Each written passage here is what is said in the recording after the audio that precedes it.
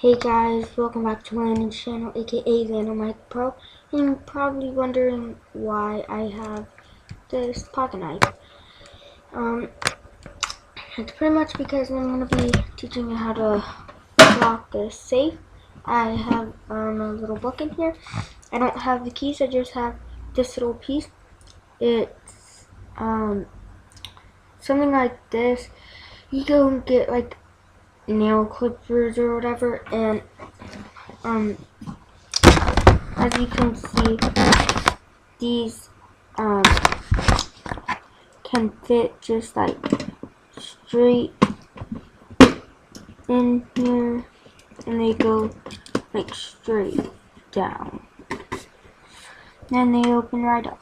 See, I had to practice a few times because it is hard at first, but once whatever you're picking gets used to what you're using, which in this case I'm using this because I lost the keys.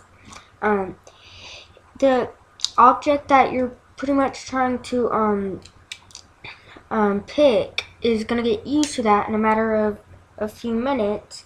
So if you lost the keys to something that has a lock sort of in this range, I find it easiest to use one of these. So if this was just a quick little tutorial, so if you enjoyed,